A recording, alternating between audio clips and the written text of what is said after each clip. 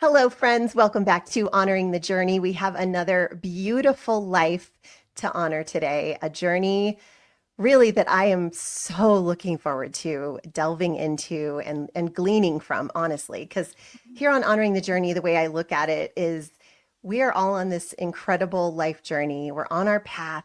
It's wonderful, but you know what? The way that we grow in this adventure is to take a little veer onto someone else's path sometimes, hear their journey, kind of pick the wildflowers, and then jump right back on our path. With just so many things that we've gleaned from their journey, and that's what this is about. And today the person that I get to share with you is her name is Plum. Maybe you remember her if you are if you're deconstructing, or even if you're still an evangelical. By the way, if you are and you're here, I love you. Thank you for listening. My gosh, listening is so important. But I am so excited that Plum is here, and we're going to hear her journey. We're going to talk about her new song that about killed me over when I heard it the first time. Welcome to Honoring the Journey, Plum. Oh my gosh, thank you so much. I'm so glad to be here. So glad to be here. I'm glad that you're glad, because this is one of my highlights here. I was just telling her before I pushed record that we actually met years ago, and I know you meet a ton of people, Plum. I know that. And this was when your first, I think it was your first album, or at least the first one that I knew about, with "In My Arms" and all those songs came out. Um, whew. And I met you. You came. You did a little concert. It was so intimate, just the people that worked at the radio station I was in. I was going through a really hard time at this radio station at the time. And you were so kind and so lovely. And I remember saying to my co-host when you left, I was like, I wish all Christian artists were like her. So I'm just excited to get to catch up with you, what, 25 years later or 20 years later, Yeah. and just kind of celebrate your journey.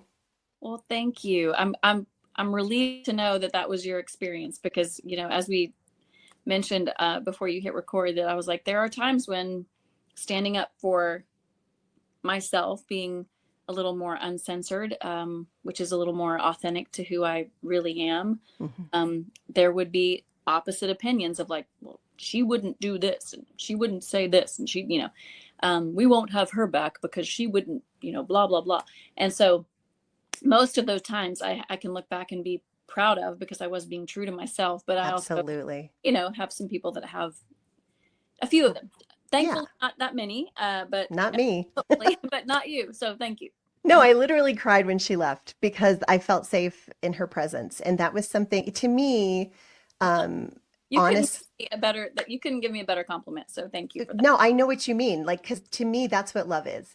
When you feel somebody is a truly loving person and accepting and kind, it feels safe. And so when people say like, how would you describe love? That's what I would say. It feels safe. It feels like I can just be myself. I can just relax. I don't have to put on airs. And I definitely felt that with you. You were pregnant with your son at the time. And and I was a mom of younger kids at the time. So, we definitely had some connecting moments. And I know that now we probably have a lot of connecting moments because we've both kind of gone in a new direction. I don't want to say it, it's not different. I think this is just who we are. I think we're just evolving as human beings and growing. And yeah, I noticed, I followed you on social media, and I noticed, I was like, wait, she's saying things like what I say or that I want to say. I haven't done it yet. Wait a minute. Is she waking up too? Because like sometimes, in this space, it can get really hard because you're like, I see this. Do you see it? Or are you there yet? Like, ugh. Right. So thank you for your voice and what you're doing. You want to share a little bit about your journey? And I mean, I guess since our meeting in 2000 and whatever it was, Yeah. 5. I was pregnant with Solomon. That would have been like 2004. But if we were talking about In My Arms, I might have been pregnant with Oliver and writing about Solomon. Ah, Something about that, probably around that era. yeah, yeah. Um, but yeah, so gosh, where to start? I will say I love the term. I use it as well. Um, evolving. Hmm. I that there's something about that that is constant, like just a Yes. constant movement. And I think most of humanity would agree that like constantly growing is good. Um, I'm a very visual learner. Like if someone will show me how to do something instead of just telling me, it's very helpful. So imagine a plant growing. Um, when it stops growing, what is it doing? I mean, Dying. so I'm like, a constant, like, even if it's just a little bud and then it's a did, and eventually, of course, we are human beings, we are not plants, but at the same time, like this constant state of growth is really important. And I'm good friends with Derek Webb. He made a comment one time that has just stuck with me forever and ever. That if you look around you and the people that you're closest to, the 5 or 10 people that you spend the most time with, um, if you can pinpoint that they're about the same as they were 10 years ago. And I think sometimes saying like, oh, they haven't changed a bit. They're just the same old, tried and true, whatever. He said, run. Um, Oh, and I was like, whoa. And he went on to explain that, like, if you are keeping company with people that are not growing, that are not changing, that's dangerous. yeah. And so I think there's certain things that are really important to continue to evolve. And so I'm a 4 on the Enneagram. And so there's this like need to be unique Yeah. that it's just like, it's our superpower and it's also our weakness. Right. And so when the term deconstructing started becoming a little more popular, I felt myself immediately move away from it of like, okay, if you're taking something apart and then putting it back together, but then I did that at one point and then I took it apart again and put it back together. And I'm like, wait a minute, that's constant, like, and that should be constant. And so I think that I would describe it more of evolving, like this constant state of evolution. And for me, I can actually, first of all, I want to say that I'm really glad, only because I love my father and he is still living. He is actually struggling with pancreatic cancer right now. And so that's been really hard. Um, so just with that said, I love him. I'm also really grateful he doesn't have social media because um, in my effort to be kind, there's a lot of things I don't discuss with him because keeping peace with my father at this stage in my life is more important than trying to convince him to take, the side that I 100%. It's the same with me and my dad. Well, both we my dads, my bio and stepdad, both very, very, evangelical, yeah, very right leaning, and I yeah, respect and love them. I don't want to change them. They're allowing me to have my journey. right, They're not pushing me, you know what I mean? But right, I also I try really hard not to be like, because I think it is kind of nice at this point where I don't feel like everybody has to believe like me or they're going to go to hell. right, right, That's gone. So right, it's kind of nice. I'm like, "Oh, that's your journey. Okay, I respect that. I love that. right. This is mine. If you want to know more, you know where I'm at." You know. Exactly, Yeah. exactly. Hmm. And so with saying that, um, I don't have quite that same experience in that like my father would in fact love for me to believe the exact same way as him. Yeah. Well, yeah, mine too, I'm sure. He takes way and he takes little opportunities that have really grown me to learn how this like there are opportunities to learn how to be kind when I do not see eye to eye with someone, even when they're coming at me saying, you know what, I guess you're just going to hell and you're not a Christian anymore. And it's like, what? No, Um, wait. Don't they tell you that you've never been a Christian? Like that was never real. I love when people try to tell me my experience wasn't real. Oh, okay. right, right. Well, excuse me. But I was just going to say, my dad, who I love and do want to respect his Yes. his, his own journey, has not been emotionally safe for me.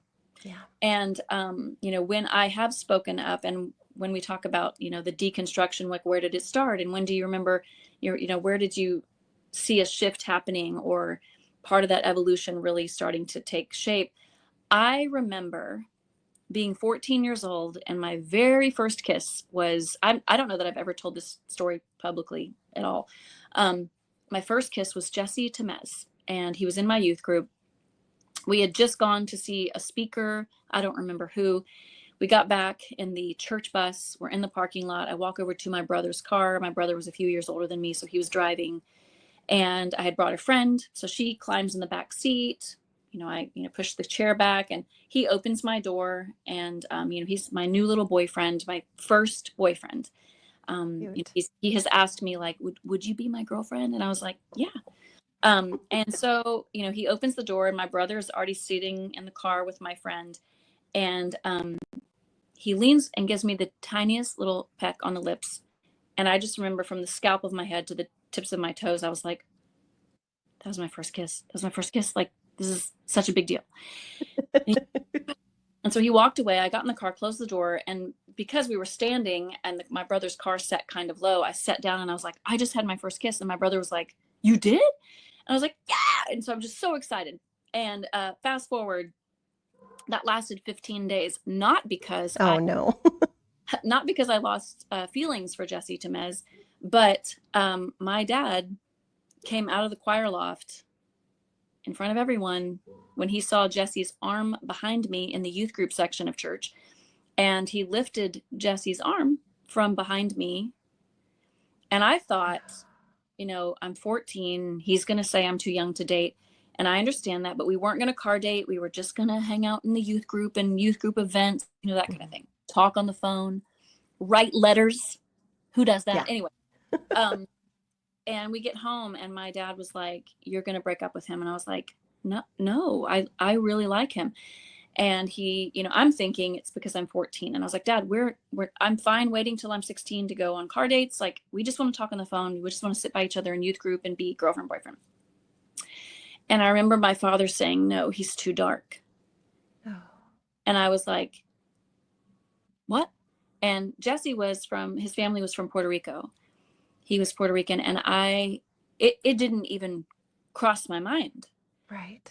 And I was like, that is a moment for me where I just saw regardless of what someone thinks or believes, my dad and I are not the same. And I grew up not realizing this in a very patriarchal society. I didn't have the language at the time to identify that way, but we thought the way my dad thought. We voted the way my dad voted. We cheered for the football team that my dad was cheering for.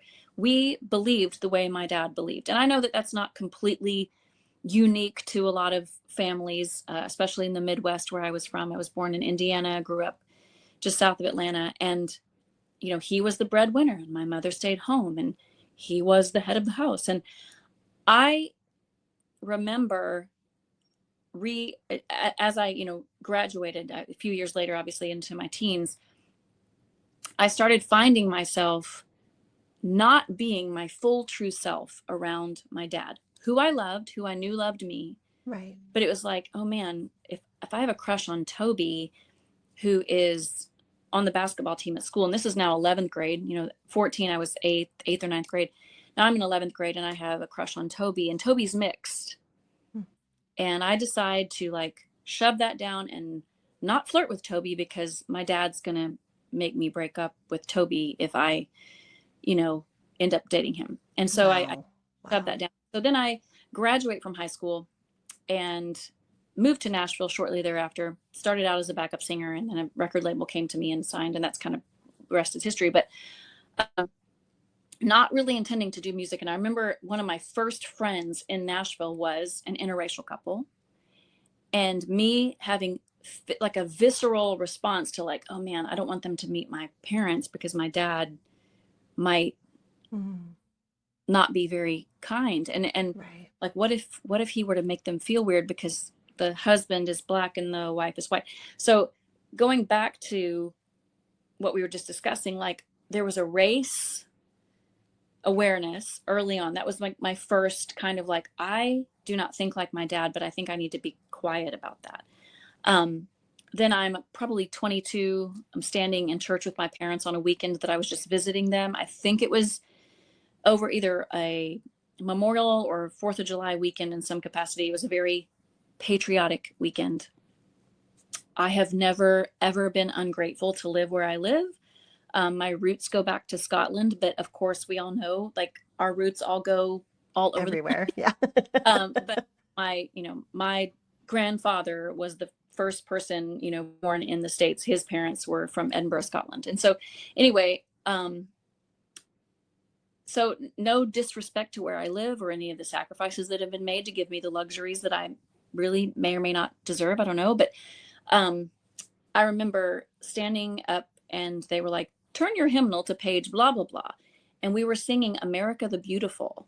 Mm-hmm. And it was in a hymn book. And I remember on my own sitting down and my father turning to me and saying, stand up. Why are you sitting down? And I was like, I can't do this. And he was extremely embarrassed and very frustrated at me the rest of the day. And I was like, Dad, why are we singing a patriotic song in church? This is weird to me. Mm. And, of course, I was ungrateful for the sacrifice. And I was like, wait a minute, I'm not. But like, are we worshiping Jesus here or like where we live? Like, right. And the people that gave us these freedoms, like, who are we worshiping here? So fast forward, I'm now probably around that same age. I was at a Christian radio station and they were doing this like, not top 10 questions. What was it? Like a fire round. What do you call that? Where it's like, rapid fire kind of thing. Rapid fire. Mm-hmm. And they're like, okay, your first answer that comes to your mind, blah, blah, blah. And one of the questions was, okay, if you had to sing one song, would it be a Striper song or would it be the national anthem? And I was like, Striper. And the DJ was like, why? And we're, in this rapid fire. And I was like, well, I mean, I'm not that patriotic, I guess. And I saw through the glass, my manager at the time was like, oh no, like, and so when, the interview is over with, we leave, he was like, why did you say that? And I was like, well, I was just being honest. Like, I mean, if I had to choose one of those songs, like I would probably sing a Striper song because Striper was really popular when I was in youth group. And, he was like, oh, you made some enemies there. And I was like, but I wasn't meaning, I didn't mean it the way that it was, I think maybe taken, but okay. But like when I would kind of stand up for myself, I was immediately sort of like, no, like, no. And yes, I know that and then, feeling. Many years later, like you start to meet people that are not just in your little Bible belt and they're like, what? You couldn't date a guy just because of the color of his skin? Or wait a minute, what? You had a church that sang, they have an American flag in the sanctuary? Like what? And little by little, those things connected with me where I was like, yeah, that doesn't make sense that there's an American flag. And it doesn't make sense that the American flag is higher than the Christian flag. And it doesn't make sense. Like all these little things that I started to really connect with. And if I said something about them around the people that I was with, it was like, sometimes I was supported, like, yeah, I get it. Me too. Same thing. Or we're not friends anymore or whatever. And so you realize how conditional your belonging is when you start speaking out about things that don't make sense. Instead of accepting questions and let's talk about this. It's more like, no. What are you doing? Don't do that. You're a troublemaker. Right.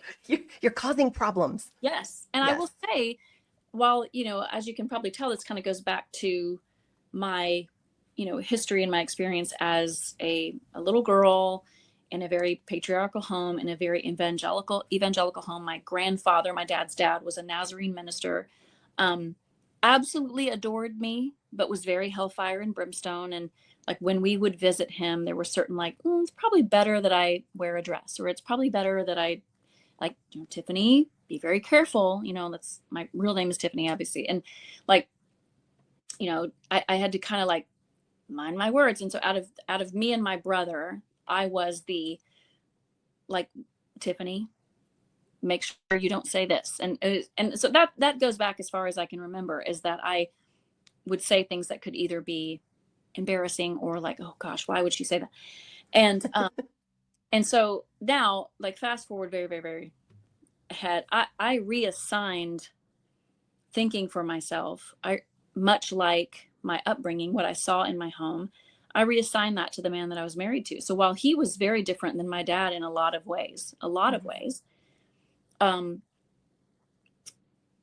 like we eventually broke out and voted for Obama. Like I remember it being like, we are so brave, and are so grown up now that we've like Look at you with your voice. branched away from our parents and we're voting differently than our parents. Um, and so like, so he was different in many ways. At the same time, he did come from a similar upbringing that Yeah. the man kind of makes the decisions, and the wife, and he, you know, was from a family of, you know, almost explicitly stay-at-home moms, and then he marries this touring artist, and so there being a pressure that I will honestly tell you, like, my mom never pressured me to be a stay-at-home mother ever. She's probably the first one to say, you know what, it's okay to ask for somebody to help clean the house because you've been doing this and this and this. And I'm like, oh, I feel so bad though, Mom. Like, my mom never paid someone to clean her house or help her with something. And she's like, right, but I also wasn't songwriting and playing Right. shows And and like, touring. Yeah. she's like, it's okay. And like, some, you know, that it's okay to do. And so my mother never pressured that. But marrying into a family with a very similar dynamic, I put that pressure on myself to be the stay-at-home mom role while still trying to songwrite and sing and perform. And so trying to kind of juggle both of those things. And I look back, and a lot of that was, you know, yes, there was influence for me to do that, but the main pressure came from my own self wanting that to be that way. But all that to say, reassigning, hey, who do we vote for? Hey, who are we cheering for? Like, what should we do about this? There's this thing about archetypes that I really am interested in right now. And one of them is damsel, the archetype of damsel. And I really connected with that for a long time, where you just want to be rescued, and you just want, you know, to, you know, have the boy cut the grass, and have the boy change the tire, and have the boy, you Take know, the trash out. take the trash out, and have the boy da da da da. Yeah. And I was the main breadwinner of our family for the first, you know, half of our marriage, not because my, you know, then husband was sitting around watching football games all day. Like, he was a very, very driven, very hardworking person. The actual stream of money that came into our home, both of us, it just happened to be more from the Plumb side of things for the first half of our life together. And that was, you know, of course, unheard of in his family and mine, because our moms did not work outside the home. And so there was this part of me that felt like, oh, I don't want to come across like I'm the breadwinner, like the breadwinner. And so I almost had imposter syndrome in that way, where I was like, I don't really, you know, I don't really want to be seen this way. And that wasn't healthy, by the way, of Yeah. experience. But anyway, I more or less, I'm still like, honey, what should we do? Honey, my tire's flat, you know. And I do connect with women who are allowed to lean into their feminine, that feel really safe that way. Um, they're not forced to be strong in a way that they don't have to. I do connect with some of that, but I think there's a happy medium where I was too far one direction. I didn't Yeah. have a clue about our finances, our insurance, our taxes. I handled none of the money. And I wrote songs, played shows, did interviews, photo shoots, video shoots, nursed babies, gave birth to babies, you know, kept the family calendar, made sure the kids were going to the, you know, the dentist and the orthodontist. Right. You had your But role and you were good I at it. Yeah. had my role and I was good at it, but it was like there's a whole bunch of stuff I have no clue about. And that did not serve me well in the long run. And so I will say that, to kind of bring it back to where you were asking there, so there's this evolution happening, and now I'm married to someone who is kind of part of that. Like, I thought kind of on the same page about, like, we're not quite the same as our parents, and we're starting to think for ourselves, but I was still kind of thinking with his brain. I was very, very submissive to whatever he thought we should do, and where we should go, and how we should, you know, present ourselves. And so I really wasn't truly advocating for myself. I had sort of just, I had kind of lost her on the way. Mm. And so I, you know, my dad kind of reassigns to the now spouse. And then some people know this, some people don't, but when our children were 3, 5, and 6, we separated for about 6 months, and we were headed for a divorce. And there was infidelity. And it was absolutely devastating Oh, to me. And I couldn't speak about that publicly because I was really, really protective of my children ever knowing that. They now know about that. So I'm a little more comfortable just saying there, had been infidelity. And I wrote we end up 6 months down the road deciding to reconcile. And a year to the day of doing that, we have a surprise wedding that he planned. And so I write a song, write a book, and we become sort of poster children for marriage reconciliation. And there's this part of me that feels like maybe the kids will never know what exactly happened. And so I present myself in a way that definitely intentionally takes the attention off of the real main reason we separated. right. So many people wanting the nitty gritty details. And I was like, no, we were both selfish and we had a hard time and we ended up getting back together. Doesn't really matter why we broke up. We did. And we've been brought back together. And so really focusing on the hope of reconciliation more than anything else. Right. And so, I'm not realizing that I'm protecting, something that ends up not protecting me. And so I'm being really cautious about that. And so 8 years goes by, and in November of 2019, we separate again. And in that time, I had to. It wasn't I think no, I had to start thinking for myself. I had to get back in touch with that girl in between, leaving home and becoming married. There was this window of time that I had started, the example that I told you about me at the radio station being like, well, I'm not that patriotic. Like I had started to find her voice, and she was hardwired to advocate for people in the margins. That is, I can look all the way back to second grade, sitting next to Carla, and she was African American. No one in my class was African American except Carla, and no one would sit with her at lunch except me. And I'm not telling you that because, oh, aren't I so great?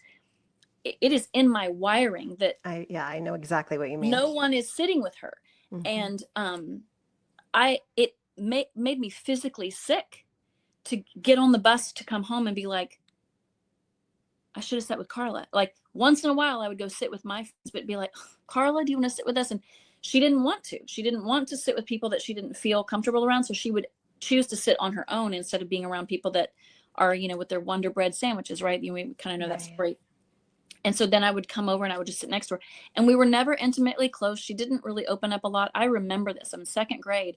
But I remember my teacher coming to me one time and she's like, Tiffany, I just think it's real nice that you sit with her.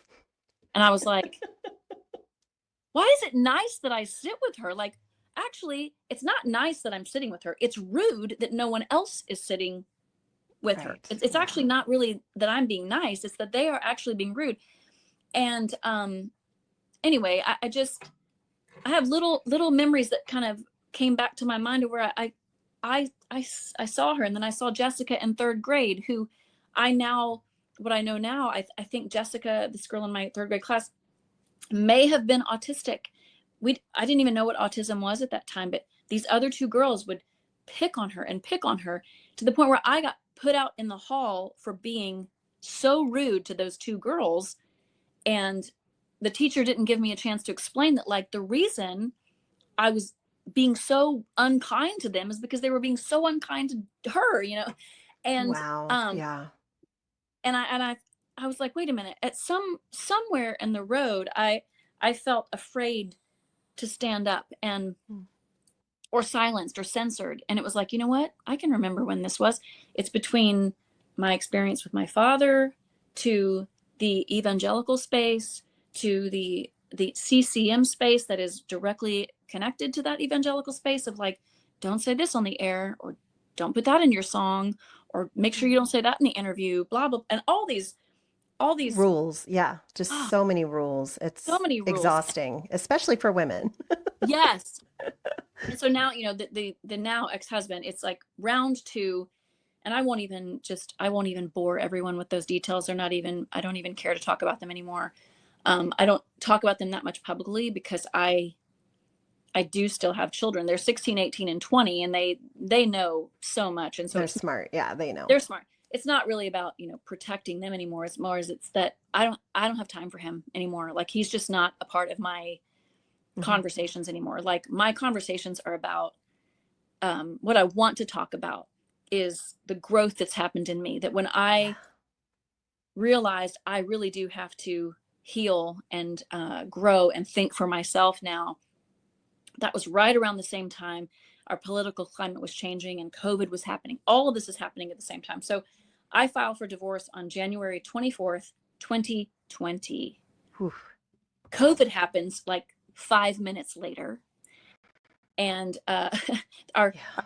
and the administration of our culture, like there was this huge shift, and I was like bombarded with that combined with this work that I needed to do in myself. And so I started really digging into that girl that sat next to Carla, that girl that was on the air and said what she thought, that girl that stood up to her dad, that girl that didn't see color, you know, just really wanting to reconnect with her and advocate for her Mm. and love her and be her.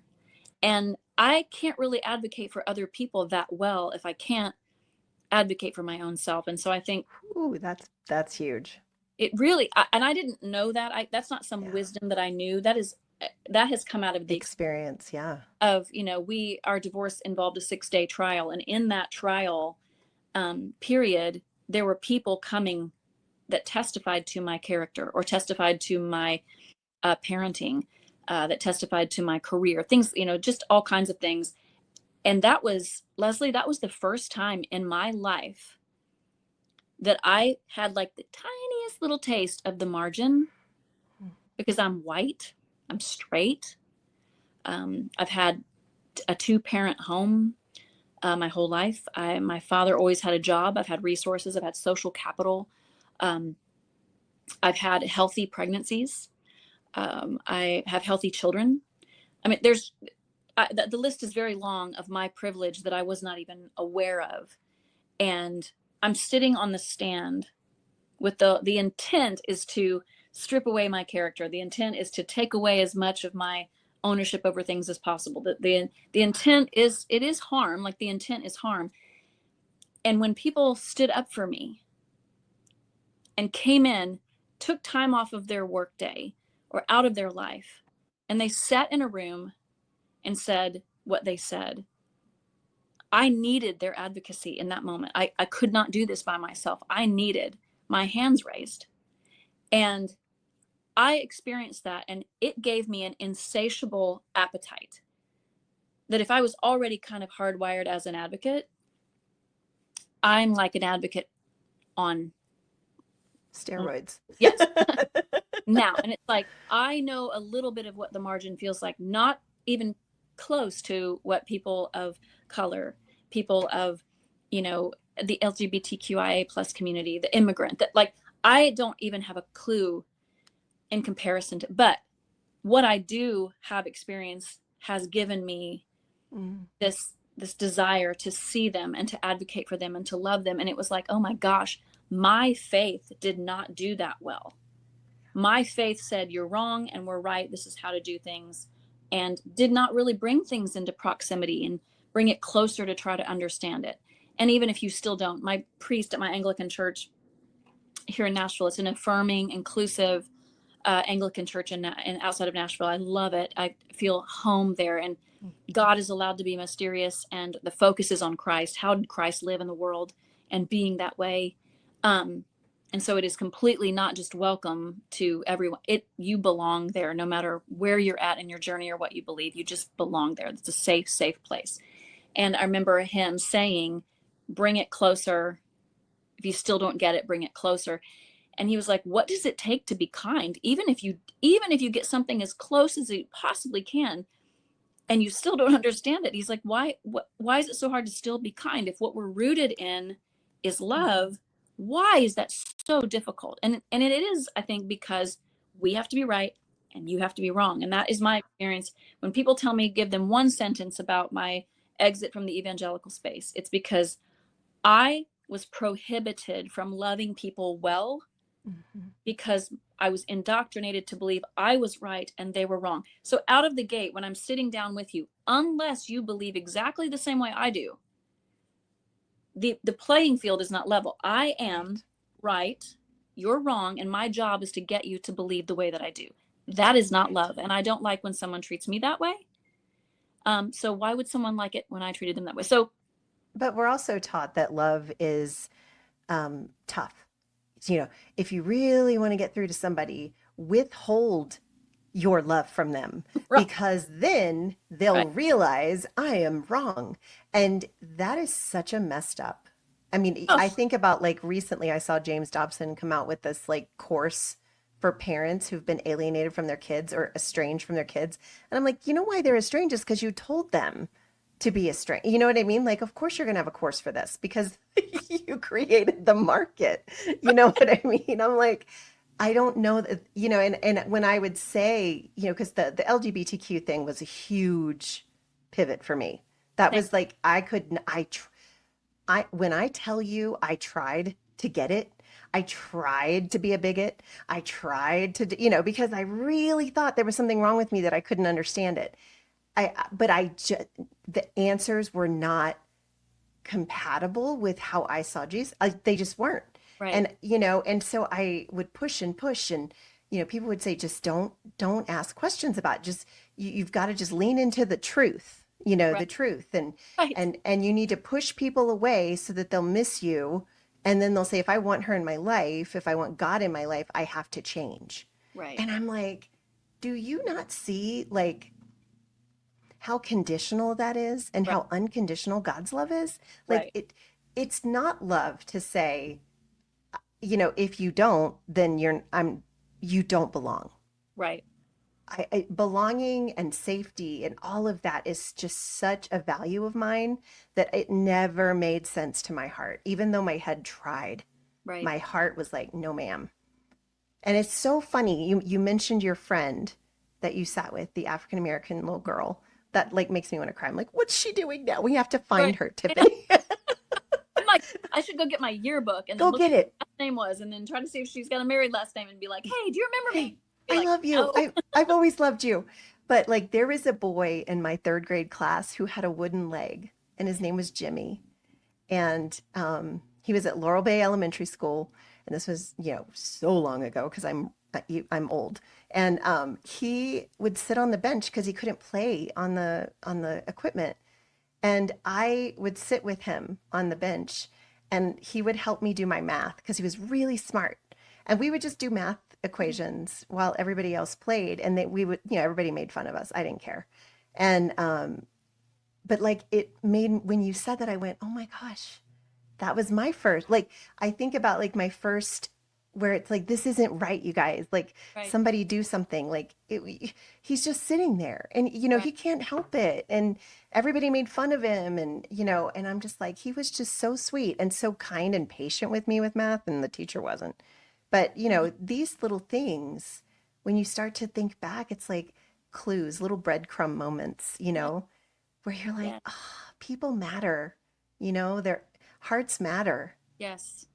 And I think it's so beautiful. Thank you for saying that because it really, I'm like, Jimmy with the wooden leg. I just remember Jimmy Yeah. and he was precious. Mm. So, I'm so glad wow. you thought of that. Me too. Thank you. I I think for me, as I was doing inner work and getting to know this and finding what I connect with and how I think and how I believe, um, so much of that just was not um, conducive to the space where I remember, and I was very grateful, by the way, when I was going through divorce, there was a church community around me, and there was quite a few people that were just really loving and supportive and don't necessarily believe the way I believe now, but as human beings, just Yeah. really wonderful people. Yes. And um, there was a Sunday where I was helping lead their music, and I remember pulling away and going over to one of the other singers and was asking her, why don't you take the lead on this one? And she was like, well, I mean, are you okay? Like, is your voice okay? And because there, for a little while in like 2020, 2021, like I am like my full-time job was getting through the divorce. And like that is, if someone's been through divorce, like you know, like even just uh renaming things in your own name and rerouting certain bills. And I mean, it's just, it's such a busy thing when you've been married for as long as we were married, and we had Yeah. multiple businesses, and just the logistics of it alone. There was just so much to that. And, you know, the healing process. Yeah. But I really had not shifted to like, okay, faith wise, what does this mean to me? Um, as more of the focus being that the mental health, my emotional health, and then my spiritual. It was like my mental and emotional health definitely took a front seat in that season for my life, just because there were mornings I did not want to wake up. Yeah. And so it was like, you know what? Nothing really matters if I'm not here. So let's focus on my mental and emotional health. So my spiritual health kind of followed. And then like now I'm more in a space where I'm like, my physical health is where I'm kind of like shifting now, Mm-hmm. for my attention. But so anyone listening, don't feel like you have to do it all at one time. And that's only out of Yeah. experience that was like, I couldn't actually do it all at one time. And I'm better for it now. Like I'm mentally and emotionally and spiritually in a much healthier place. So when I'm like, you know what, I'm going to take a walk and I'm not going to eat that second piece of cheesecake, whatever. I, I, I mean, cheesecake and Lucky Charms and Doritos, like at one point, those were what I was, you Your know, staples. those, I mean, I definitely, you know, fed my feelings there. And instead of, and this is true story, instead of leaning towards medications and alcohol, which was Yeah. super thing to do because it hurt so bad I wanted to numb. I numbed with food, Wow. and was like, I'm not going to feel bad about this because this is probably better than the alternative. Right. Right. I'll get to that in a minute. And so now here's that minute, and I'm like, okay, I'm you know, there's no more. Now, by the way, Lucky Charms, they're so good. They're I'm so so good. Well, anyway, I just in doing that work, just really did not connect with the lack of love for sure. yeah. But I was having experience after experience where I went to a pride parade for the first time because I was raised that that was, you know, Satan's playground or whatever. Oh yeah. Mm-hmm. And I was like, oh my gosh, I don't know that I've seen something more beautiful where I know. people are allowed to be their true self. And many of them, it's like the only day of the Mm-hmm. year they get to really be their true self. And I was like, I have always been allowed to show up as a heterosexual. Like I Right. literally always been allowed to do that. I do not know what it feels like to closet my sexuality. And it's like, what a horrible feeling. Like, Yeah. and so so I remember making a post just saying, you know, I love everyone. This was just a beautiful day. And I think, which does not even hurt my feelings, but like, there are like 20,000 people like, she's a heretic. We're not going to follow her anymore. Like, Oh yeah. I thought you were a Christian, la, la, la, la. And I was like, oh gosh, like by all means, like you don't have to follow me. Yeah. I, I, I am not here on this planet for followers. Right. I believe I'm on this planet to follow Mm-hmm. after something. And if that influences or helps anyone else, that is amazing. Yeah. But like my goal is to follow the way of Christ. And I believe there's been times that I was not following the way of Christ. And so now I am. So if you don't think that I am, or you don't want to, like, that's totally fine with me. I I don't feel Yeah. this pressure. Like you kind of tapped into this a second ago where you like you're on an elevator or you're on an airplane, or it's like your job is to tell everybody, Mm-hmm. you know, your truth. And it's like, no, it's not. Like it's my Yeah. job to just love people Yeah. how they want to be loved. And that whole, you know, love thy neighbor as thyself. One of my best friends was saying the other day, she said, you know, I think sometimes people construe that to loving them the way you would want to be loved.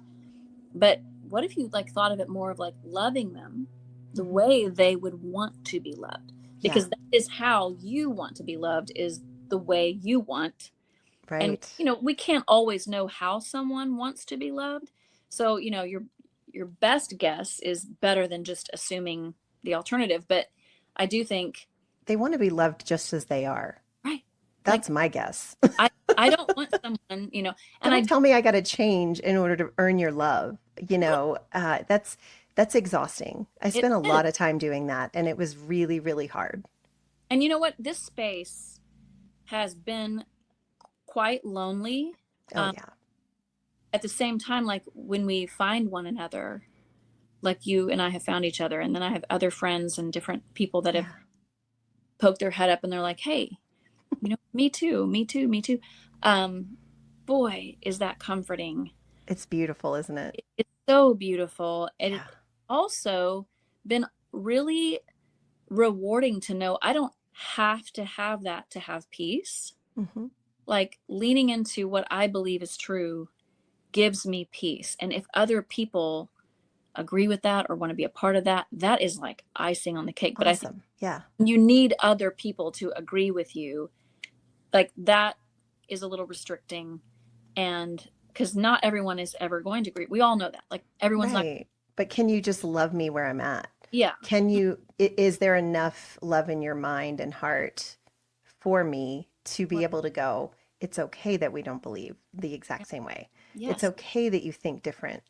Yeah. It's not going to bring me down and it's not going to bring you down. The way we can just, and it's not even an agree to No. disagree.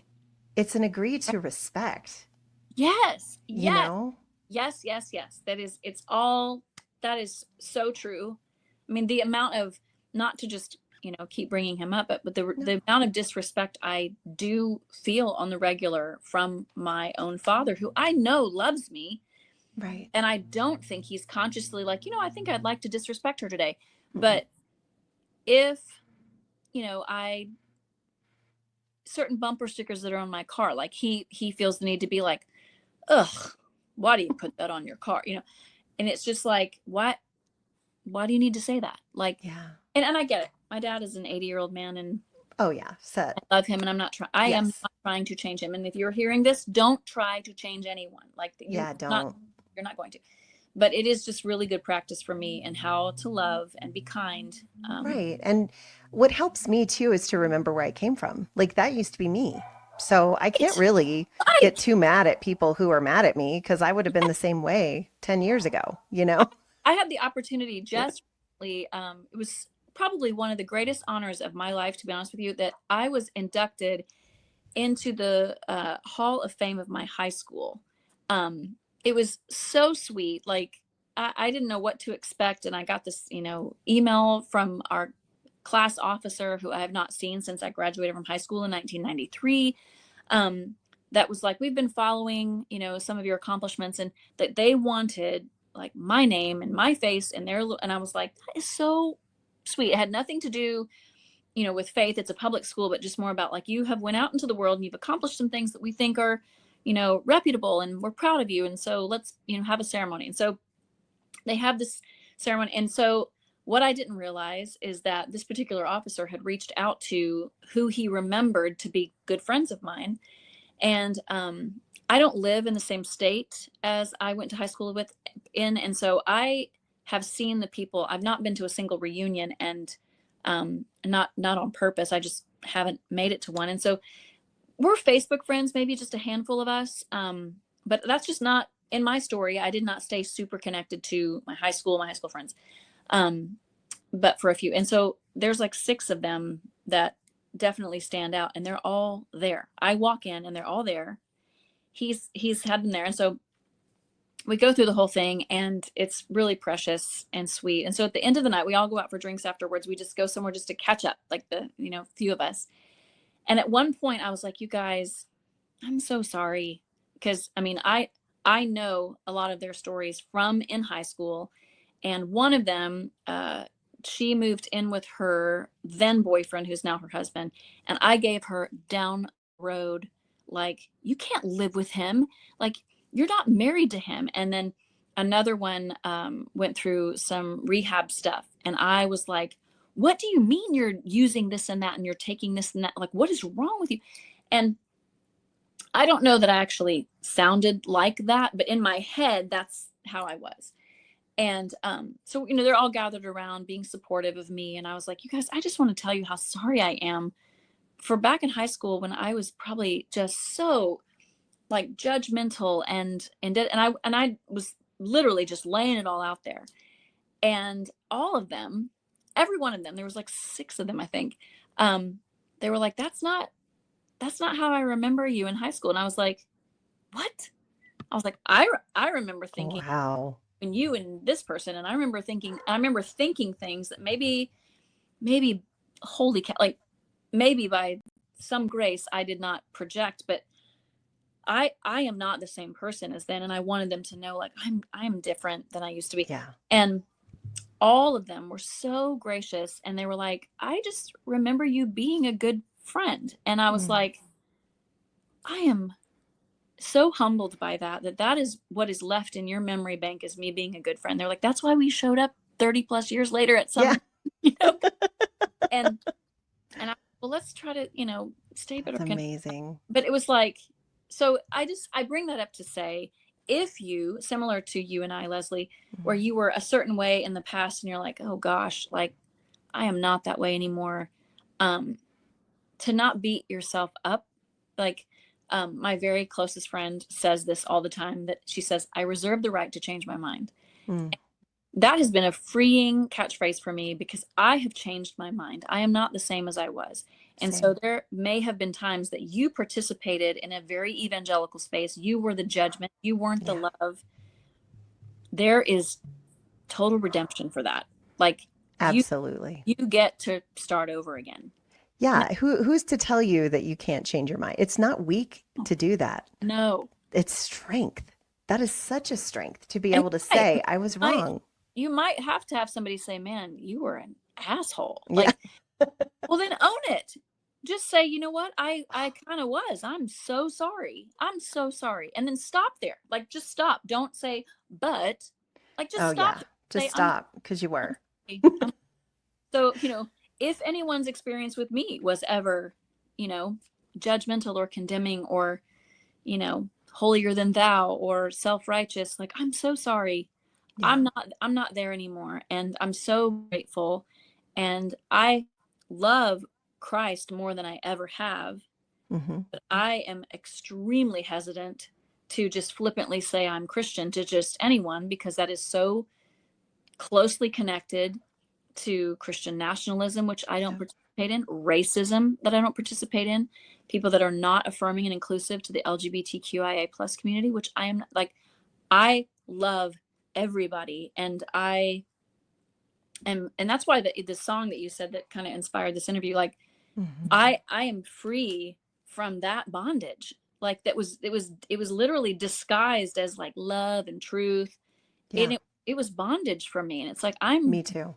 it was really more hate than Yeah. anything, because it wasn't love. So if it's not love, like, what is it? So I'm not, I'm That not, was, it was kind of what like inspired my whole journey in evolution, I guess, away from evangelicalism. Was I was in the Bible and I was reading the verse, there's no fear in perfect love because perfect love casts out fear and fear has to do with punishment. And I was like, wait a minute, I'm afraid of everything. And I sat down and I made a list of all the things I was afraid of.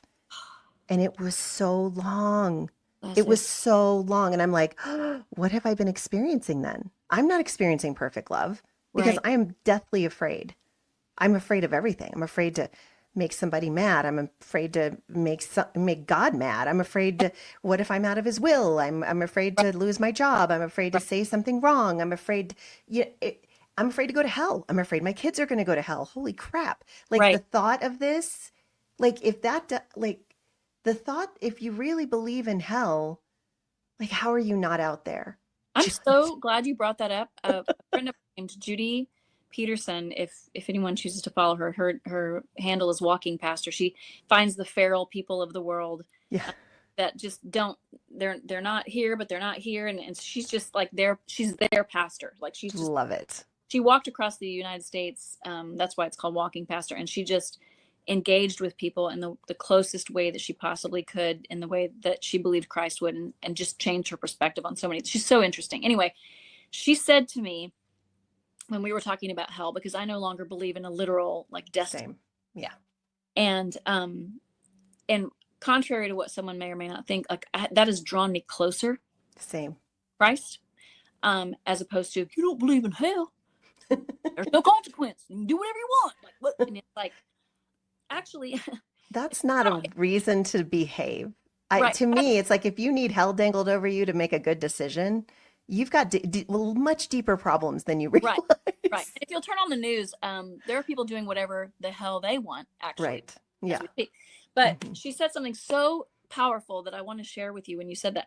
She said, and I don't think you have to be a parent to experience this, but if you are a parent, I think it may be easier for you to connect with this, but this is not, you don't have to be a parent to connect, I don't Hmm. think. Um, you just have to be a human who loves people. Well, she said, imagine coming to my door, knocking on the door, I open it, and every sense is stirred. Like what you see is beautiful. What you smell is so just delightful. The food around you is all your favorites, and everything feels like literally every sense is stirred, and none of it feels bad. Like all of it just feels like, man, this is like my dream space. The way that things taste and smell and look and feel, all the things, sounds and everything. And she said, and I sit with you, and she said, you just feel so like so at home here. And I tell you, like, I love you. I want to be your friend. I'm going to always be here for you, like, no matter what. And you can tell me anything. And I'm just never going to leave. I'm never going to not love you. I'm never going to leave you. And I will always be here for you. And what you're sensing right now, you can have all the time. And she said, and you, Safety. yes, like, it's just so safe. This just feels so good. And she goes, and then I'm like, pouring you your favorite cup of tea or whatever it is. And she said, and you just feel like, I never want to leave this space. It's so incredible. And she said, and then I just go, can you excuse me for 1 second? I have a few people in my basement I'm torturing, but I'll be right back. And she said, you would get the hell out of my house right then. She said, Hmm. you wouldn't want to be friends with me. You wouldn't try, right? And she was like, when people believe in this loving, precious God that they also believe will torture you, she was like, that does not connect with me. And so what I meant about children is this, and she has had 11 miscarriages or stillbirths. So she does not have any children living that are here with her on earth, but she has experienced a tremendous amount of loss of children. Um, and she said, so she just wanted to be a mother so deeply. And she said to me, she said, you have 3 kids, Tiffany. She said, is there anything you can imagine in your human brain that they could ever do that you would torture them for? And I was like, no. And she said, do you believe God loves you more than you love your own kids? And I said, yes, I do. And she said, then my case is settled. If you believe that God loves you more than the person that you love the most in your life, and you can never imagine torturing them. She's like, I know that's a very simple way of explaining it, but No, it makes so much sense. it does. And it's like, is there natural consequence? Yeah. And I think there's hell in natural consequence. There's There hell is hell to be had for sure. to And be. I'll tell you what, I lived in hell when I believed in hell. Yes. Yes. I love that. I love that. Like, It's so true.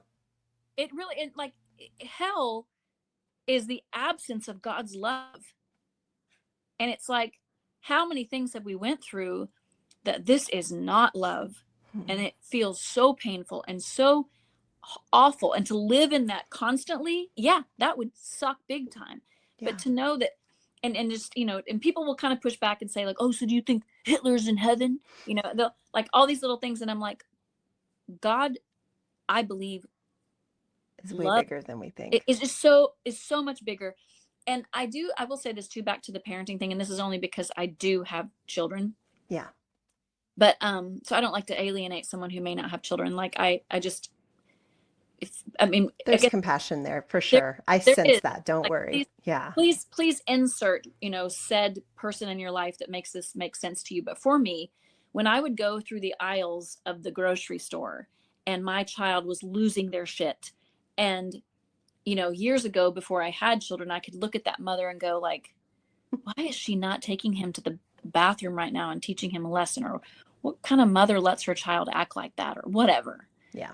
And then now I'm the mother, and I know that my child, it's their nap time, but this was my only time to go to the store. Or I missed their snack and they're hypoglycemic.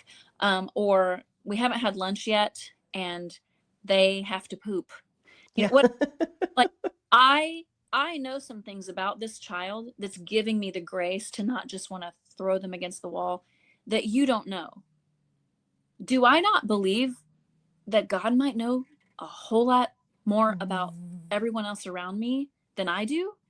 So even when someone is causing harm, there is an explanation for that. Yeah. That may not excuse their behavior. Don't hear No. me wrong. It may not excuse their abuse. In my own situation with an ex-husband, it has actually given me compassion for him that I did not have when we first separated. When I started thinking about, while it doesn't excuse some of the things that he did, there is an explanation in his past that would help this to make sense. But I don't know what it is, but Right. God does. And so I choose to Right. believe that God still loves him. So God loves every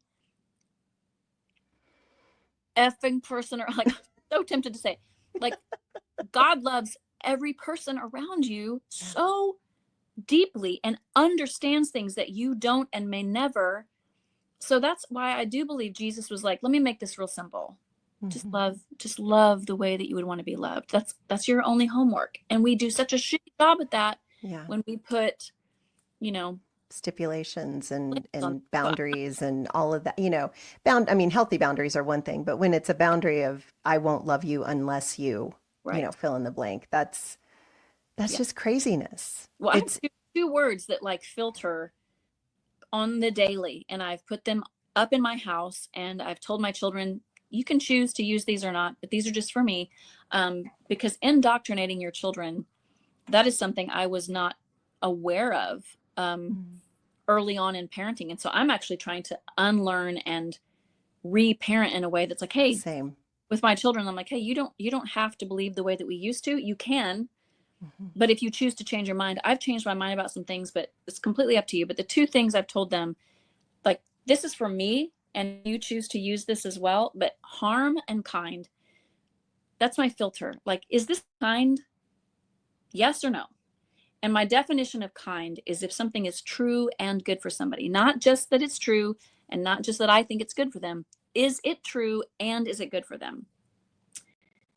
And the word harm, if this is harmful, peace out. Like, Yeah. I don't want to be a part of that. Hmm. So that just, to me, that's kind of, That's so beautiful. well, it just helps to filter, what should Hmm. I do here? What should I say here? How should I act? Okay, what is kind? What is true and good for? Like, if someone's got food in their teeth, but that if you were to say, hey, you got some celery in your teeth, if you happen to know that would embarrass them to be told that, even though it's true that there's celery in their teeth, Hmm. the kind thing to do is to probably say nothing, because embarrassing them is Would be worse. was hard. Now, if you are away from everyone and go, Hmm. hey, you have just a little bit of totally different. I am that person, by the way. That was me confessing something.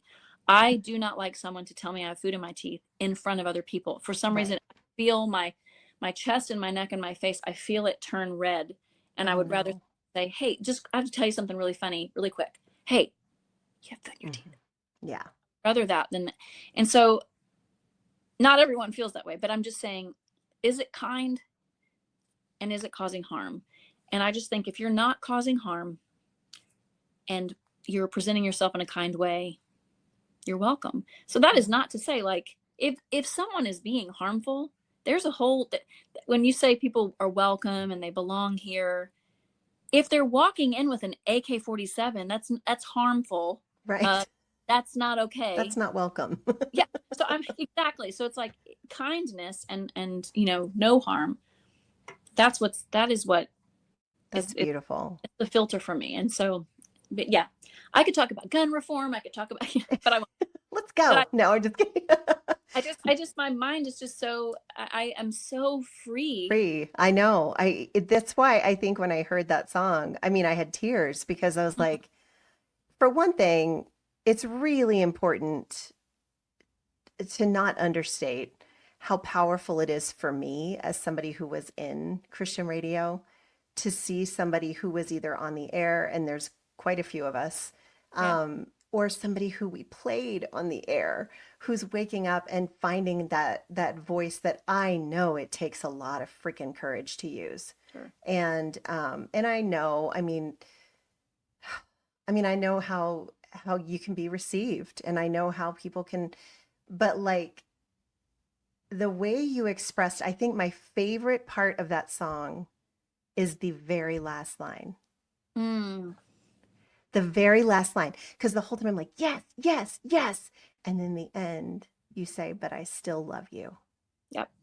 And I'm so glad you picked up on that because that's my favorite part too. it's my favorite. And it's like the part that, like, I feel like in the deconstruction community, for lack of a better word, like, I think we lose sight of how anger is not going to produce anything good in us. Right. And we're just turning into fundamentalists again, Yes. just for a Yes. different reason. And Correct. we're angry and we're hateful and we're, throwing a fit. And I'm just, ugh, I'm Yes. tired of it. Like, I just want to love people. For crying out loud, the reason I left was to love, not to hate more. And Right. definitely not to hate the people that I loved. Right. Then, I want to continue to love them. Me loving them, though, sometimes looks like, not having a relationship with them right now Sure. Sure. because they don't want to. I respect that. I will fully and completely pull away from you if you're uncomfortable with who I am. But I'm never going to hate you. Right. And I may not be one of you, but I love you. Yes. And Yes. I love that you slid it in there, and it was like this, it was like the cherry on top of Oh, this amazing Sunday. And I was like, yes. I'm so glad you picked up on that because that was so important to me. And it was like, because I've spent, however many minutes the song is to say, I'm not one of you, Right. but I'm not like, I'm not one of you. That's not how Right.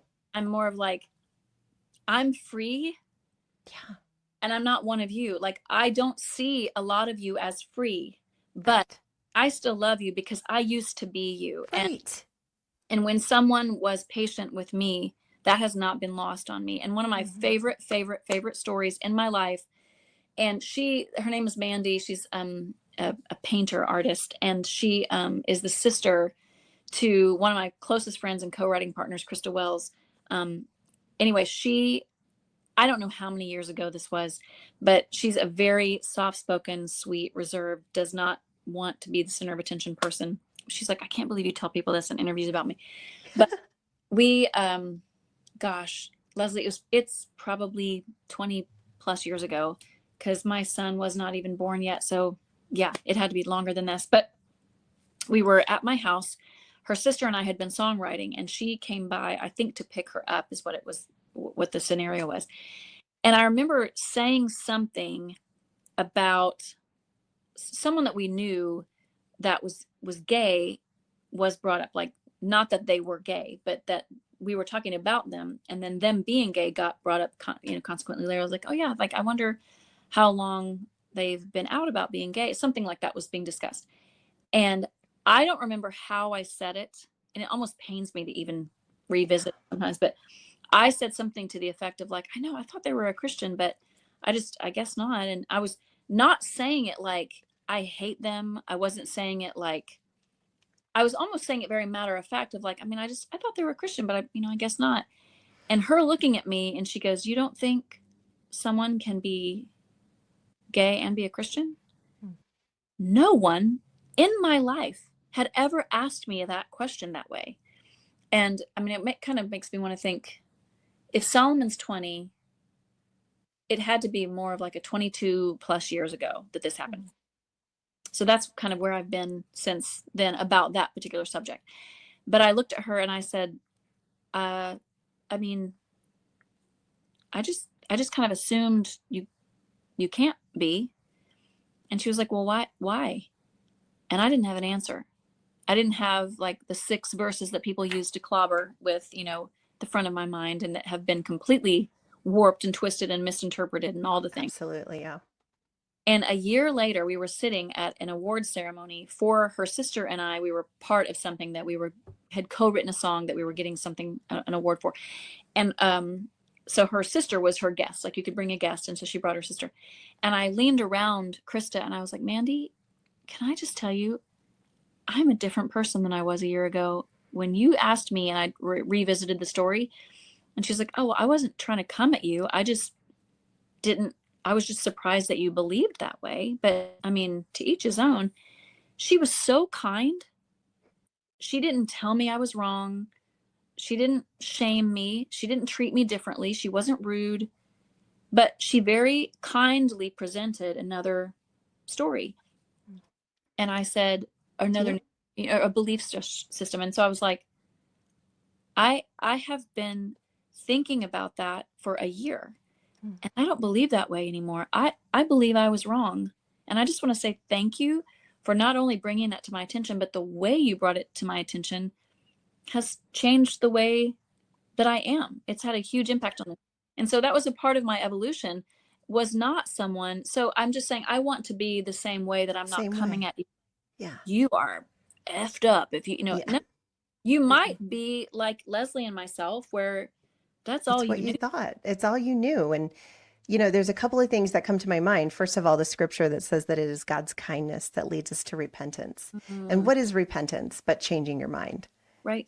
It's all it is, just changing your mind. Yes. Oh, I see. And it's like reminding yourself, oh, I'm wrong. I Right. need to look at it this way. Right. And it's because of her kindness that you were able to be gently turned and understand the truth of the situation. Yeah.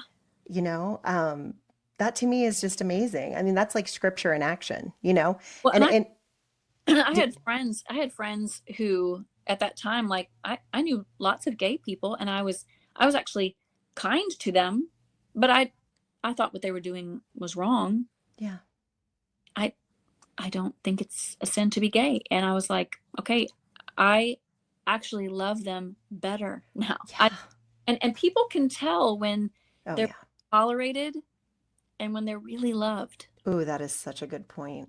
You know? Tolerated. I remember telling people that if they were gay, this was, and I'm so sorry if I ever taught you this, if you're listening. Um, I would say it's idolatry because you've chosen your lifestyle Mm, over a relationship with the living God. right. I put that on people. I remember being taught that as Ugh, I just want to throw up. I But you know what? I also, because that's who I was, I know there's hope for people who are still there. right, 100%. Because who would I mean, I would have never dreamed that I would be this person now. Right. I thought I was 100% Sister Christian. She was going to the grave as Sister Christian. And the truth is, like, I still love Jesus. Like you said, it's hard to say I'm a Christian because I'm afraid people are, I don't want, yeah, I don't know what to call myself. Right. Um, I'm not an atheist at all. I'm an atheist in the God I was taught about, Sure. but Same. I'm not an atheist. I believe in God, but so much more now. And I was so critical of someone that would say they were agnostic, and I would be like, Yeah. "Boo." And now Like, I'm like, oh, I get that. totally. Like, I thought an atheist was a Satan worshiper, Me too. and agnostic was just, a coward. And Yeah, now, they just couldn't make a decision. right, not at all. Like, they are. I have so much They're respect being honest. for who's willing They're to say, being honest about "I'm where they're at and they're not seeing, and here's what I always tell people too, as a mom, you will understand this, and certainly not alienating those who aren't, but if my kids came to me and said, Mom, I don't believe you're my mom. I don't believe you. I don't think it's true. I don't even believe in you. You don't even exist. I'd be like, okay. Like, you can believe whatever you want because I know what's true. I am not so insecure that I'm going to be right, like, oh my gosh, my child doesn't believe in me. I right, think I'll send her to hell now. right." Like it Yeah, doesn't make any sense. no, You can no, believe whatever you and want, you whatever makes you comfortable. and you might even, not always, but you might, just like that grocery store, you might Yeah. even know where that's coming from. Yeah. And so, I mean, I believe that God knows our hearts. And so when I was coming across really judgmental, Hmm. God knew He knew my heart. And if Yeah. I thought that you were going to burn in a lake of fire, some of my behavior was because, like, I love you. I don't want you to burn in a lake of fire. So I got to tell you this. I got to tell Right. you this. I know you're sitting 100%. next to me on the airplane and you just wanted to take a nap, but I've got to tell you the Roman road. But like, You no, can thank me later. yes, I'll see you in heaven. You can thank me. But no, it's like, I feel so free to just Hmm. be myself and be Yes. people. And I feel like what they're getting from me is more authentic. Mhm. And that's there's a richness to that. And when you talked about the fears, I mean, I get a lump in my throat when you talk about that. Like, Yeah. I have been so afraid of so much. And it was like in the Gone. early years of Plum, I was like, no one on this bus is allowed to drink alcohol. They're not allowed to cuss. And if you have, tattoos, you might want to, kind of cover those up. Like so many things that were from, and I dare say, not explicitly evangelical, but like the patriarchy and Oh, the yeah. misogyny and like in my upbringing, I was afraid of God, but I was also really afraid of my dad Mm. and his disapproval, his disappointment. It was like, oh man, if he knows any of my band members do this, then it's going to be a reflection on me. And I am not the same. I'm just, oh, please be your true self. As long as you're not Yes. being harmful, be your true self. And Yes. so my children, like, this may be like so rabbit trail squirrel moment for me, but like my children, like I cuss in front of my children. I love to cuss. Hmm. I don't cuss like at somebody like Yeah. you know, I Yeah. I think words are so powerful. And so the word schnurp could be a curse word if you wanted it to be. Yeah. Like, Derp. it's like these letters that make a word that our culture has given this disrespectful power if you use them a particular way. Right. Like I understand that. So I don't advocate disrespect. And so whether you're using a curse word or not, like telling someone to shut up can be so much more disrespectful than Hmm. something else. Yeah. But like I remember I was 30 years old, Leslie, and I had never said one in my life. Wow. And I walked into my then husband's office and I said, bullshit. And he goes, what? And I was like, feed them to me. I want to get them all out. Asshole. And I just started listing them up. And I said, I have had a superiority complex most of my life because I've never said a cuss word. Yes. And I judge people when I hear them say them. And Hmm. I'm freaking 30 years old. This is stupid. And I was pregnant with our first baby. And I was like, I do not want to be who I was as a mom. I love my parents, but my parents, like, if there's a curse word on TV, if there's, just, I felt so anxious around them. And Yeah. curse words can be so healing, Cathartic. cathartic. I mean, and they can be funny. And Yeah. so I was mindful of having young children, Yeah. but around the time they turned 12 or 13, I hope that all three of my kids who are 16, 18, and 20, I would hope that they would tell you around 13, I was like, bullshit. And they were like, Mom. And I'm like, it's okay. And they knew about something called funny cussing Yeah. because I never, ever, ever, ever wanted my kids to think that I was someone in private that I wasn't in public. Right. And I said, Mommy says funny cuss words sometimes because I think they're funny, but you're not old enough to say them yet because you don't know when they're funny and when they're disrespectful. So you just got to wait. Yes. So I Yes. just waited till they were old enough that they kind of knew, like, probably not the best way to, in time to say this. And now my relationship with my children, I feel like it's something that I've never had with my parents. They can say anything to me. Yeah. And, What a free feeling to and be I, able to be yourself with the yes, people that you love the most. yes, I want my how, Yeah. it's not perfect. Like we have ups and downs. Like one of my kids and I, like even right now, like we've been going through kind of a rough thing as they're spreading their wings, Oh, um, that's hard. That's the and it hardest phase, I will say. Sorry. is hard. Where you're, hey, just so you know, I love you. Yeah. Always welcome in my home as long as you're not being harmful. And we can disagree, and it's more just about them learning how to adult and all Mhm. the things. But at the core of it, I have to remember that what is true is that I really love them, and sometimes loving somebody is just like kind of stepping back. But yeah, just that they really can say anything they want to me, and I was like, I could not do that. Yeah. And you'll notice I haven't mentioned my mom very much because I do feel like I can say anything to her, and Yeah. even if it's a little uncomfortable, she'll be like, oh, okay, well, oh, That's my mom. and I am so grateful And that. she's always saying she's proud of me too, which, Mhm. she's like, I'm so proud of you. I don't see things exactly the way you do, but I see why you see it that way. Yeah. Well, You my mom know, mom will say, well, good thing is we love each other no matter what. Yeah. We love each other. That's how she says it. We love each other no matter what. Whereas, my Yeah. father was Yeah. like, there has been like emotional abandonment multiple times. Hmm. You're not even, no daughter of mine. I'm just, Yeah. and, and you spend, 15 minutes to maybe 15 days not knowing, did I, did I lose their love? Oh, okay. Yeah. Oh, it's back. And it's like, you know what? I have to be true to myself. And I think, I forget what you said that made me think of this, but just to point out, um, that, oh, it was courage. You're talking about courage, Mm. and both of us, like, kind of being in one space Yeah. where the majority of the people around us kind of believe a certain way, and so we're not ruffling any feathers. And Well, and the what majority of them are men. yes, yes. That's the hard thing. Yeah, That's hard. yeah.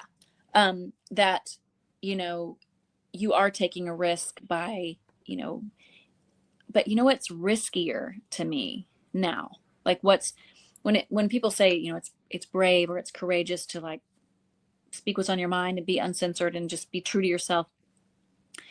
It is scarier to me. It's riskier to me to not have peace. Yeah. And that, I would say, is the main reason that I chose the church that I actually attend, because there is a massive focus on peace. Mm.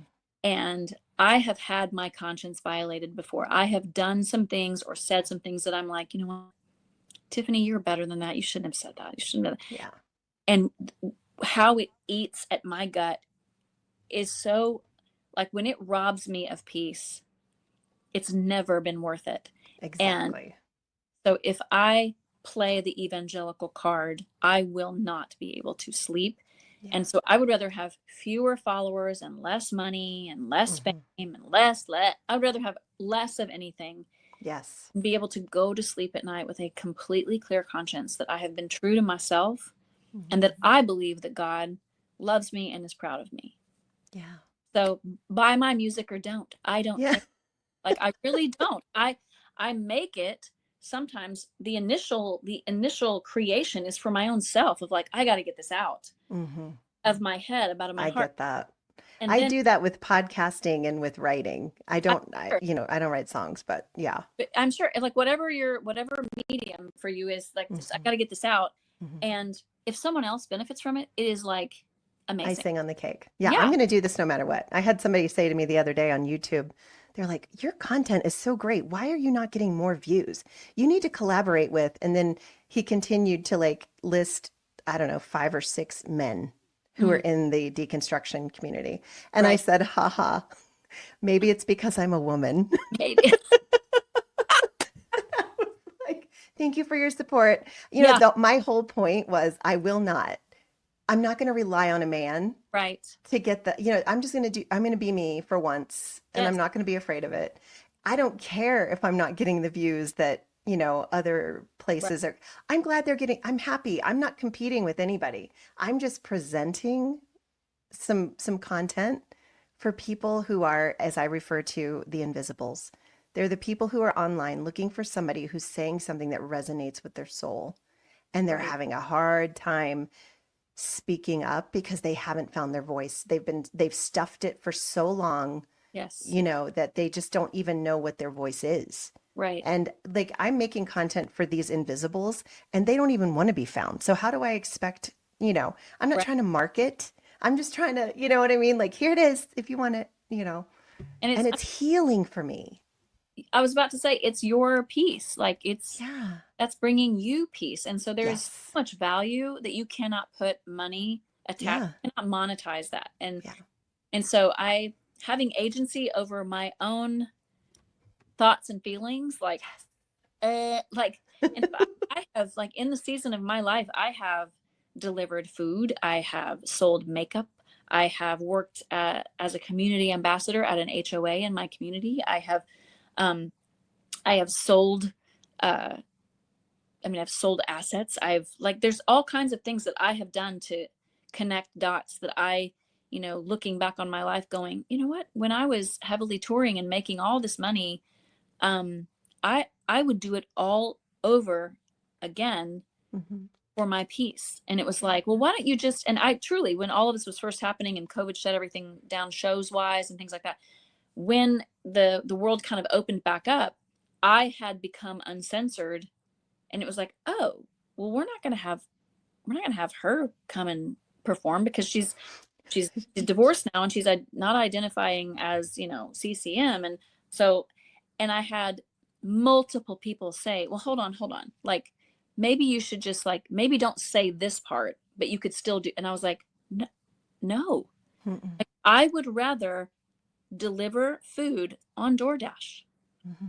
to make those ends meet than to perform an altar call in with. Oof. I would rather do that. So if I someone was going to ask, you don't think CCM's going to play your free song? You don't think that's going to? for one split second, I was like, Leslie, what? No. Just kidding. Uh, so it's just, it's, You know they're listening to it though. You know they are. oh, yes. But it was like these people that sort of feel like they can't Mm. really say some things out loud, or they could lose their jobs. And right Yeah, now, and it was like, I hate that anyone has to do a job that does not allow them to be their true self. And I know that does not just happen in CCM. I'm saying there is people all it's across the everywhere. world Yeah, feels like they can't really, you know, maybe it's just because they're gay and they don't want anyone to know they're gay, or, you know, they're the list is very long, so long. Yeah, but doesn't have that experience of just to be your true self. And so I don't take that lightly. And that someone might say, well, must be nice, you still have to pay the bills. Well, I will also say, as a power to the people, of for those that have experienced traumatic divorce, um, I some of the means in which I make um, those ends meet, I should say, mhm, some of them is that justice was served. I'll just say that. yeah. And in my experience, like, justice did prevail.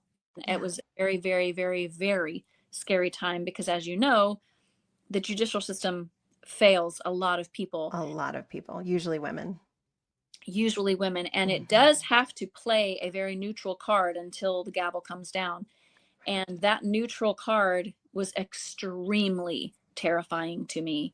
Yeah. And when the gavel came down, um, justice, I mean, it was one of the moments where I'm like, okay, not everybody is failed by the system, and I am one of them, and I'm So thankful. eternally grateful for that. And the community that represented me, the voices that spoke, and again, the advocates that came into a room and said, this is wrong, what is happening is not okay, and let me tell you why. And I had a long line of people, and that has made me feel like the richest person in the world, that I had people to come in and say, no, no, Mhm. this is not right, she is this kind of a person, this kind of a mother, this kind of a human, like, no. It's And like getting a eulogy before you even die. yes, yes, We should all get that yes. gift. It's so true. And I will never forget. I had and I actually went back to the agency, but I had a booking agent. I've had quite a few in my career, and I don't know that they want me to say their name, so I'll just, Yeah. it's No, no, you're fine. one of a booking, but that testified in my trial. And at one point they were bringing clarity to an education. Really, they were educating the court on, Mhm. like, the difference of an agent versus a booking agent, like in the industry of music, and just kind of trying to bring clear. And that whole point was to show what my salary was and what my capacity to my income could be and things like that, because they were wanting to, make sure, like, you evaluate in a state of what everybody has, but then it's like, Right. what is their capacity from here, and who needs to pay who what, and blah blah blah. I won't get in the weeds about that, but they came in and they were just sort of educating, and they said, she did this many shows this particular year, but she's only got this many shows this particular year, and her value in this, in this industry, excuse me, was this way, and now blah blah blah. And so I remember the judge was like, so let me understand you correctly. So this divorce will affect her career, like, well, I mean, and he actually said, and Amy Grant is a Yes. You big, used to sing for her, didn't you? Like background or something? one of my most, like, Yeah. professional first things I ever did was I sang on Amy Grant. I was background vocals on her record. And so and Matt Hearn was like, hi, I just I'm 19 and I love you. But but it did give me some some credit where someone when they heard me were like, oh, has she done anything? And I was like, well, she's singing on an Amy Grant record. Um, anyway, just I told her later about this. I was like, your name got brought up in the courtroom. Oh, I'm sure. And they were like, let me just be clear. Like, well, Amy Grant got a divorce and she's still, doing very well. Like, I don't understand how this divorce is going to be so impactful of you. And I was so glad that they brought that up because my counsel was able to explain, like, well, you know, Amy Grant's career had not, when that happened, so much of Plumb's career's value at this point is about Need You Now and the Need You Now book and the marriage reconciliation that happened back in 2011 and 2012.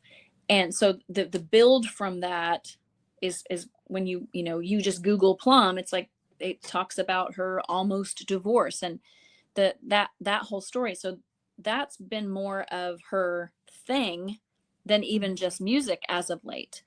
And she also isn't in the middle of remarrying, because Amy also went on to remarry an incredibly talented person that they've And collaborated famous. Yeah. Yeah. and built from there. And they're amazing together. Like they're just Yes. wonderful. They Totally. Yeah. are so precious together.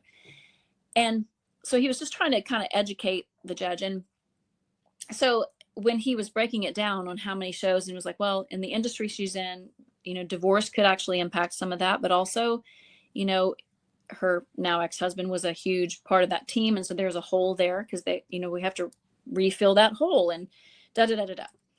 And the judge says, and I will never forget it because I just sat there and I just put my head down and started to sob because I didn't want anyone to see me sobbing, but I couldn't hide it really. He said, the judge says to the agent, well, if she has such little value, why would you still represent her, like as a business person? And he sat there for a second and he was kind of quiet. And he said, I'm kind of glad you asked me that, because I've watched her have favor.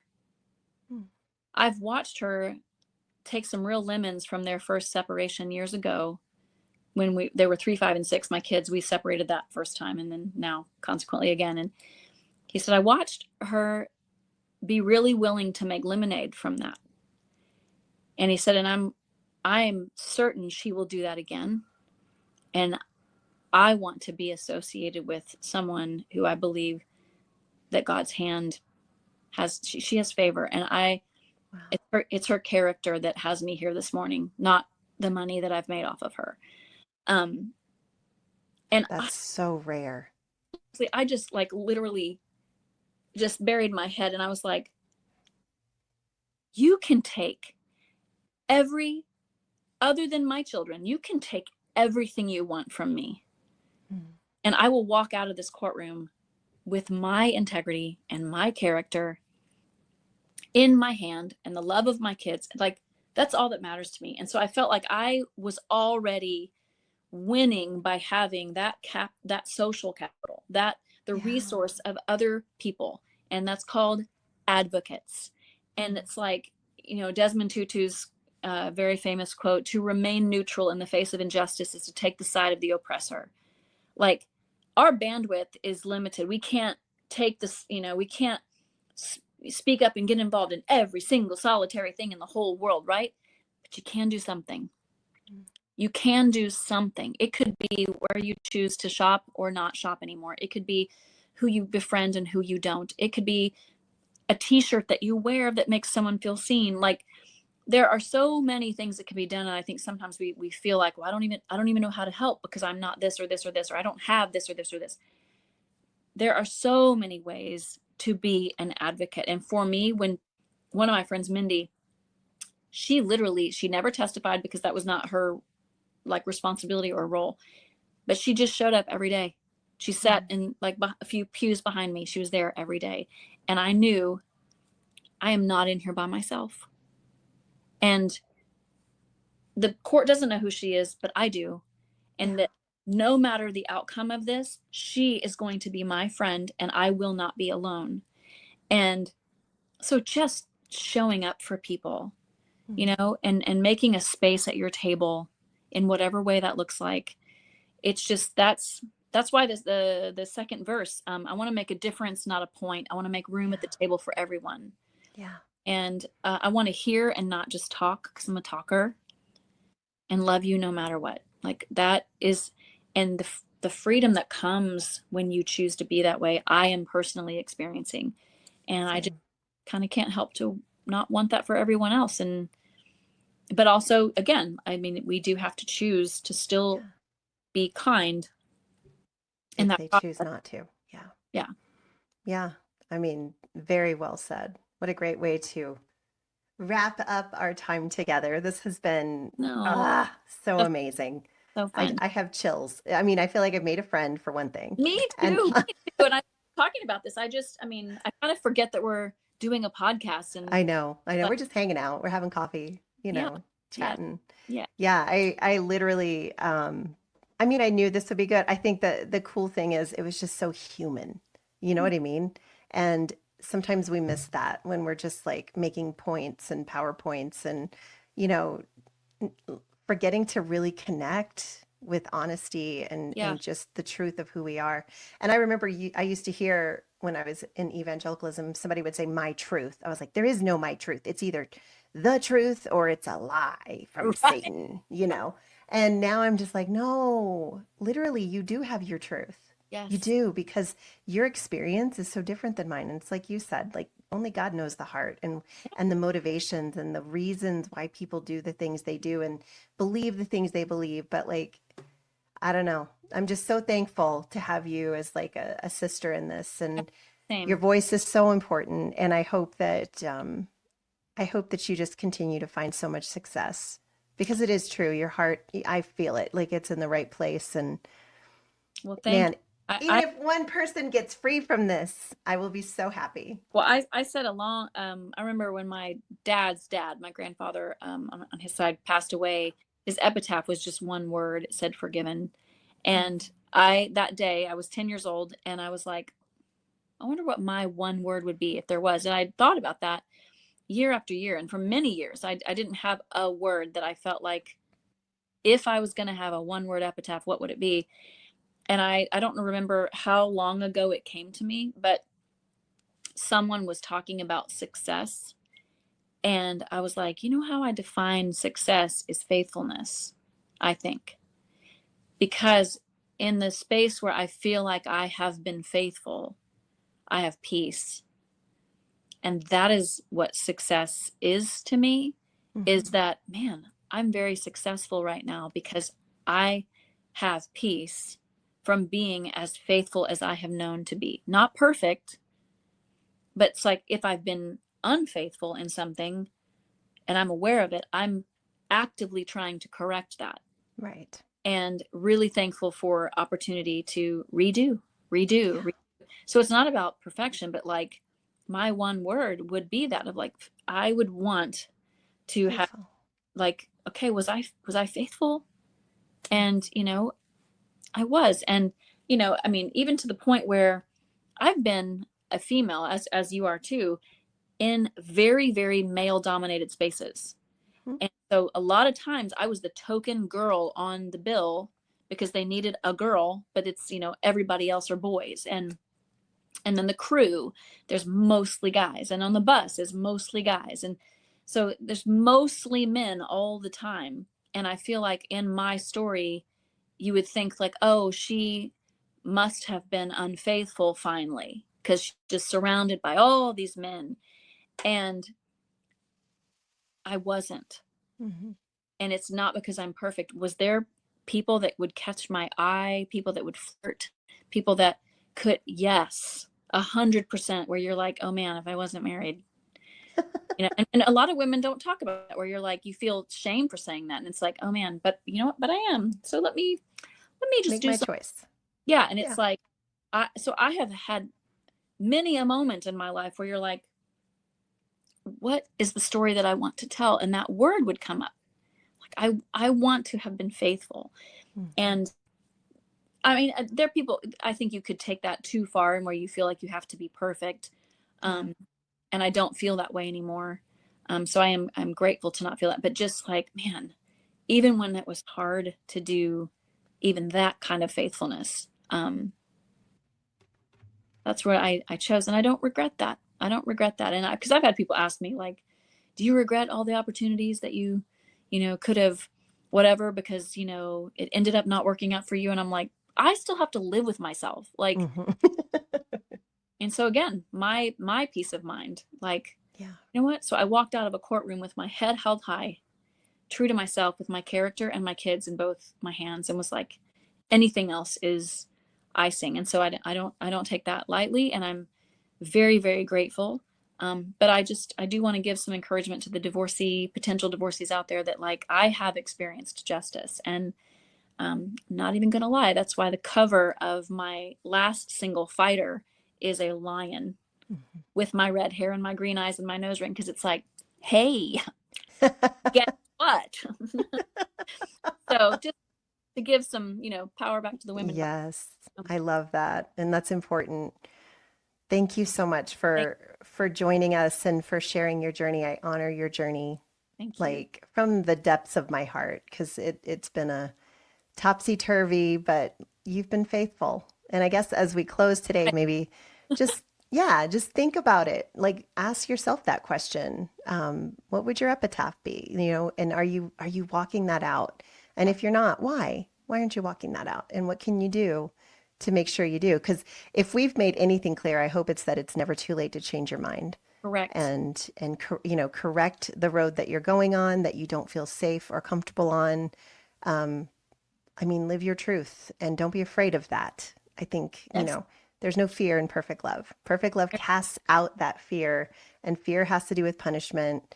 So, anyway, we just leave you with that. And I also just want to let you know I'm going to put all the links. You have to hear this song. If you haven't heard it, for one thing, I'm disappointed in you. No, I'm kidding. Um, because I've been sharing it a lot. Good. Yes, but if you haven't heard it, please download it. Support her because she's out there doing it, guys. And we Thank need voices like this in this community, and ones with love, ones with kindness and no harm. That's what we need. Yes. So thank you for what you're doing, and we love you. Thank you so Love much, you. Plum. Love you. Thank you so much.